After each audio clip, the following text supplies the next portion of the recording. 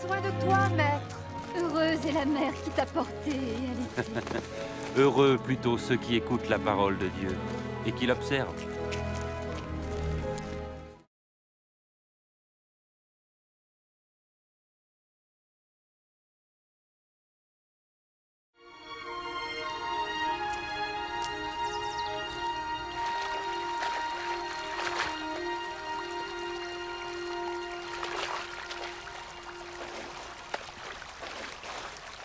Apprends-nous à prier, comme Jean l'a appris à ses disciples. Quand vous priez, dites « Notre Père qui es aux cieux, que ton nom soit sanctifié, que ton règne vienne, que ta volonté soit faite sur la terre comme au ciel. Donne-nous chaque jour notre pain quotidien. Pardonne-nous nos offenses, comme nous pardonnons aussi à ceux qui nous ont offensés. Protège-nous contre la tentation et délivre-nous du mal. »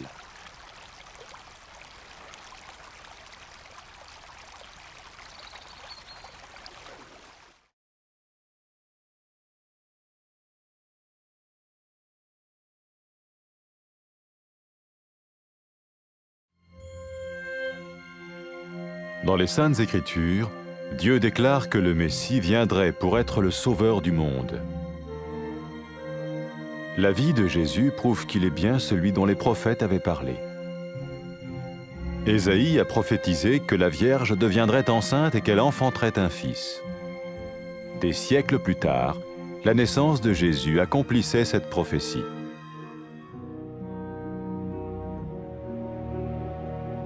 Les Saintes Écritures déclaraient que le saint à naître serait appelé le Fils de Dieu. Cela signifiait que Jésus serait le Fils de Dieu au sens spirituel et non au sens physique. Nous le voyons par sa manière de vivre. Il a guéri des malades, il a pardonné leurs péchés, les a ramenés à Dieu et leur a promis une place dans le royaume éternel de Dieu. Il s'est offert lui-même en sacrifice pour le péché à leur place. Puis il est revenu à la vie, victorieux sur la mort selon le plan de Dieu. Jésus a dit « Personne ne me prend la vie, mais je la donne de ma propre volonté. » La vie de Jésus n'a pas seulement accompli les écrits des prophètes, mais elle a aussi confirmé la vérité de la sainte parole de Dieu. Les prophètes avaient écrit « Ta parole, ô mon Dieu, est parfaite, elle dure à toujours. » Jésus lui-même a dit « Le ciel et la terre disparaîtront, tandis que mes paroles ne disparaîtront jamais. » Jésus est venu pour nous donner la vie dans toute sa plénitude. Et quand l'homme a désobéi à Dieu dans le jardin d'Éden, il a choisi sa propre voie et ses actions l'ont séparé du Créateur.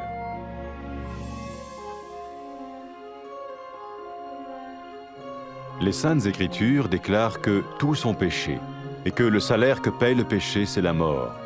Il s'agit de la mort spirituelle, éternelle séparation d'avec Dieu. Mais tout comme Dieu a donné un bélier pour qu'il meure à la place du fils d'Abraham, ainsi il a envoyé Jésus, le Messie, mourir à notre place. Sa vie, sa mort et sa résurrection restaurent la relation entre Dieu et tous ceux qui mettent leur confiance en lui. Maintenant, non seulement Jésus pardonne les péchés de ceux qui le suivent, mais il les sauve aussi du jugement éternel de Dieu. Ils sont sûrs d'aller au paradis et de vivre avec lui pour toujours. C'est cette vie et cette liberté de la culpabilité et du pouvoir du péché que Jésus offre à chacun aujourd'hui. Cela ne veut pas dire suivre une religion, mais choisir d'avoir foi en Jésus qui dit « Je me tiens à la porte et je frappe. Si quelqu'un entend ma voix et ouvre la porte, j'entrerai chez lui. »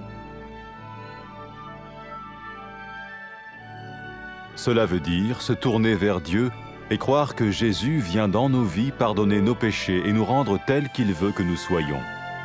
Il ne suffit pas d'approuver intellectuellement ce qu'il dit, ni de vivre une expérience émotionnelle. Nous le recevons par grâce, au moyen de la foi, par un acte de notre volonté.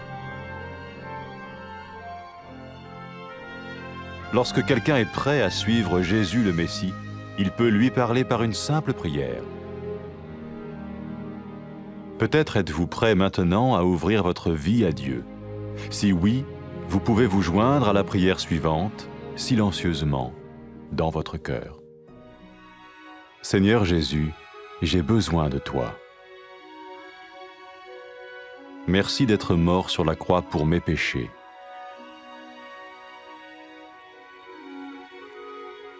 Je confesse mes péchés et je m'en repens.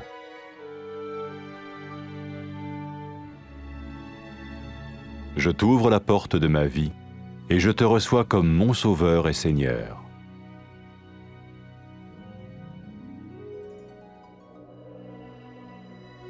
Merci de me pardonner mes péchés et de me donner la vie éternelle.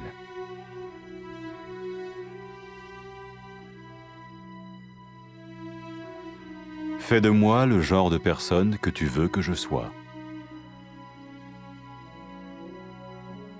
Maintenant que je deviens l'un de ceux qui te suivent. Amen.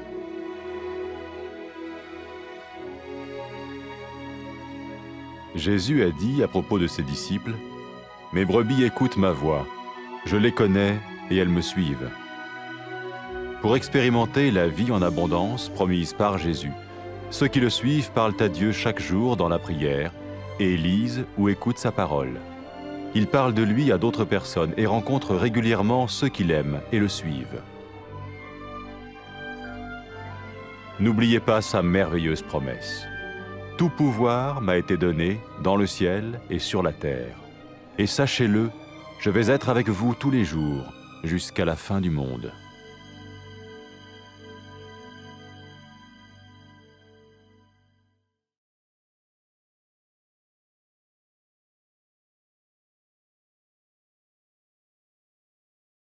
አንተን እንሻለን የተሸከመች ማህፀንና የጠባቸው ጡቶች እንዴት ብፁዓን ናቸው ብፁዓንስ የእግዚአብሔርን ቃል የሚሰሙና የሚጠብቁም ናቸው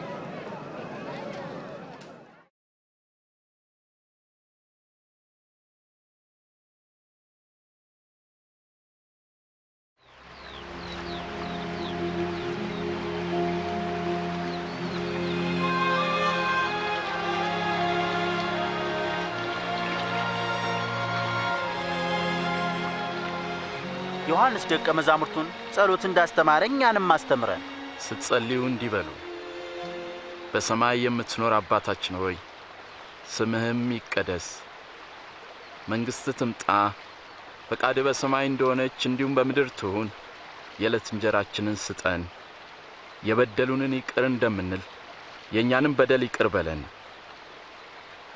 ወደ ፈተናም አታግባን ከክፉ ሁሉ አድነን እንጂ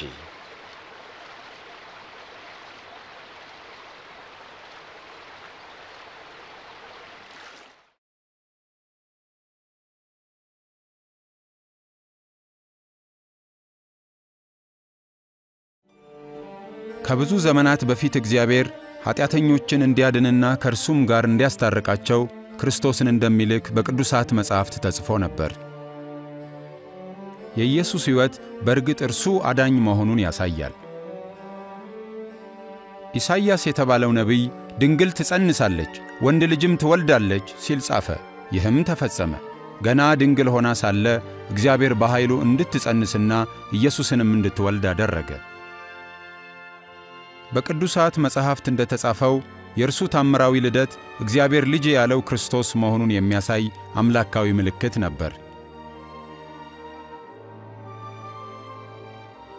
ሰዎች ኢየሱስን ሲመለከቱ የእግዚአብሔርን ማንነትና ኃይል ያያሉ።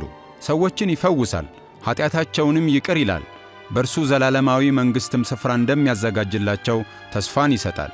ኢየሱስ ለሰው ልጆች ተሰቃየ፣ ሕይወቱንም መሥዋዕት አደረገ።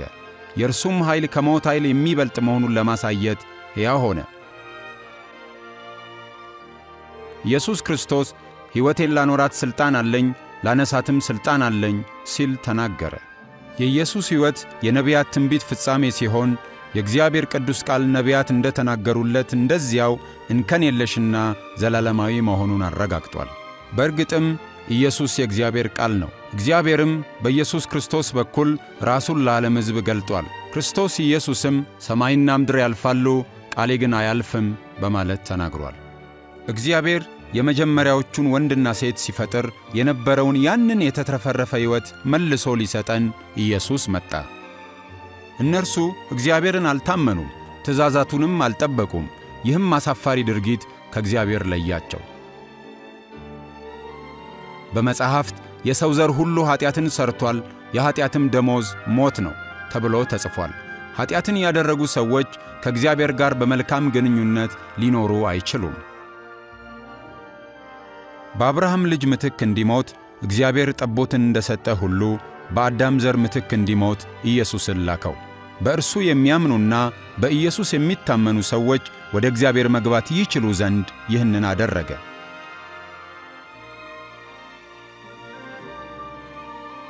ስለዚህም ኢየሱስን የሚከተሉ ሰዎች ከሲኦል ፍርድ አምልጠው ከእግዚአብሔር ጋር ለዘላለም ይኖራሉ።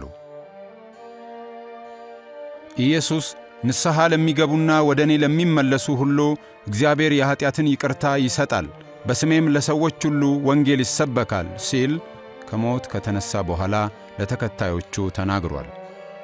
ኢየሱስ በተጨማሪ የእግዚአብሔርን መንፈስ እንደሚልክላቸውና መንፈሱም ከእነርሱ ጋር በመሆን ወደ እውነት ሁሉ እንደሚመራቸው የእግዚአብሔርንም መንገድ እንዲከተሉ ኃይልን እንደሚሰጣቸው ተናግሯል።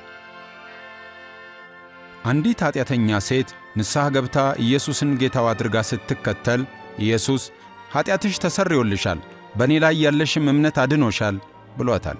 ሰዎች እግዚአብሔርን በእውነት ከወደዱ እግዚአብሔር ኃጢአታቸውን ይቅር ይላል። ኢየሱስ ክርስቶስ ሰዎች እርሱን እንዲከተሉ ይጠራቸዋል። የኢየሱስ ተከታዮች ለመሆን የወሰኑ ሰዎች ከእርሱ ጋር ያላቸውን ግንኙነት እንደዚህ በማለት ሊጀምሩ ይችላሉ።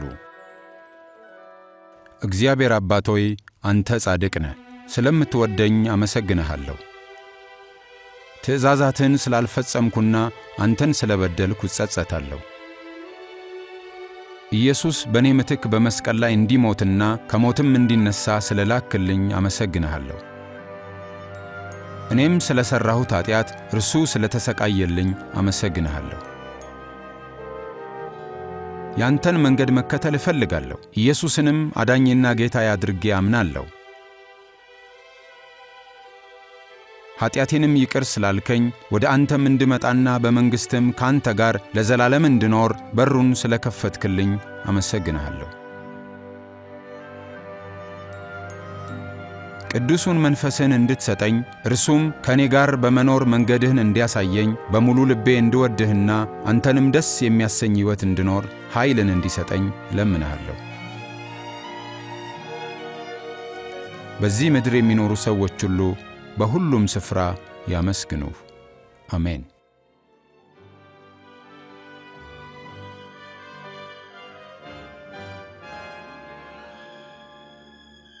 ኢየሱስ ስለ ተከታዮቹ ሲናገር በጎቼ ድምፄን ይሰማሉ፣ እኔም አውቃቸዋለሁ፣ እነርሱም ይከተሉኛል አለ። የኢየሱስ ተከታዮች እርስ በርስ ይገናኛሉ፣ በየዕለቱም ከእርሱ ጋር ይነጋገራሉ።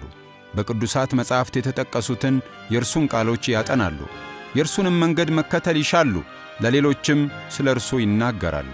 በደመናትም ወደ ሰማይ ወደ ከበረው ዙፋኑ ከማረጉ በፊት ኢየሱስ ለተከታዮቹ እግዚአብሔር በሰማይና በምድር ያለውን ሥልጣን ሁሉ ሰጥቶኛል፣ እስከ ዓለም ፍጻሜም ድረስ ዘወትር ከእናንተ ጋር እንደሆንኩ እርግጠኛ ሁኑ ብሎ የተናገረውን ዘወትር ያስታውሳሉ።